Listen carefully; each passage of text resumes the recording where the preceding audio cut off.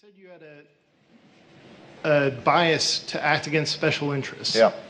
But if special interests are having a perverting influence on the entire legislative process, what can you propose as president that can make it through that process intact? Yeah, it's the classic question of how do you get insiders to fix a system that they're benefiting from. And it's hard. You have to use shame to pay enough attention that members of Congress start worrying, you know what, the American people are looking at us. And so we better change how we behave. That's why this Google for Government is so important, because that's why transparency generally is so important in this entire process. Because the more American people know, the more government. Why do you think you can get it done and overcome the insurance and the drug companies that spent $1 billion over the last decade preventing reform from happening in lobbying and campaign contributions? And what I tell them is, you know, I respect what the Clintons tried to do in 1993 in moving health reform forward. But they made one really big mistake, and that is they took all their people and all their experts into a room and then they closed the door. And they tried to design the plan in isolation from the American people. And during that period of time, the insurance companies and the drug companies and the HMOs, they mobilized. And by the time the Clintons announced their plan, you already had these Harry and Louise ads out. You guys don't remember this, you weren't born, maybe. I'm teasing. You were 6. But these ads were out there that convinced the American people they should be afraid of healthcare reform. Now, I will do it entirely differently. Within the first 100 days of my administration, we are going to have a big table, and everybody's going to be invited. Labor, employers, doctors, nurses, hospital administrators, patient advocate groups, the drug and insurance companies, they'll all get a seat at the table. They just won't get to buy every chair. And we will work on this process publicly. It'll be on C-SPAN. It will be streaming over the net.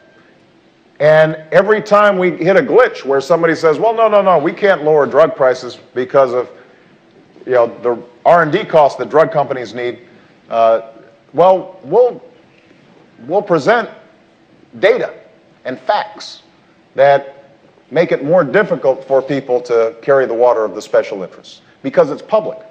And if they start running Harry and Louise ads, I'll run my own ads, or I'll send out something on YouTube. I'm president. I'll be able to. I'll let them know what the facts are. You know, one of the things that you learn when you're traveling and running for president is the American people at their core are a decent people.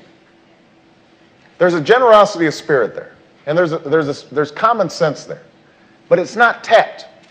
And mainly people they're just misinformed, or they are too busy. They're trying to get their kids to school. They're working. They just don't have enough information, or they're not professionals at sorting out all the information that's out there. And so our political process gets skewed. But if you give them good information, their instincts are good and they will make good decisions. And the president has the bully pulpit to give them good information. And that's what we have to return to, is a government where the American people trust the information they're getting. And I'm really looking forward to doing that, because I am a big believer in reason and facts and evidence and science and feedback. Everything that allows you to do what you do, that's what we should be doing in our government. I mean, I want people in technology.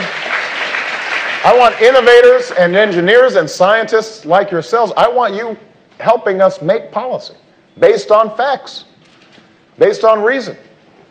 You know, one of the favorite stories I have from Washington is Daniel Patrick Moynihan. He was a giant of the Senate and a very towering intellect. He got in an argument one time with another senator, and the other senator apparently was losing the argument. And so he got kind of huffy, and he said, well, Pat, you're entitled to your opinion and I'm entitled to mine. And Moynihan says, you are entitled to your own opinion, but you're not entitled to your own facts. And part of the problem that we're having, and special interests exploit this, is we constantly have a contest where facts don't matter. And I want to restore that sense of decisions being based on facts to the White House. And I think that many of you can help me. So I want you to be involved. Thank you so much, everybody.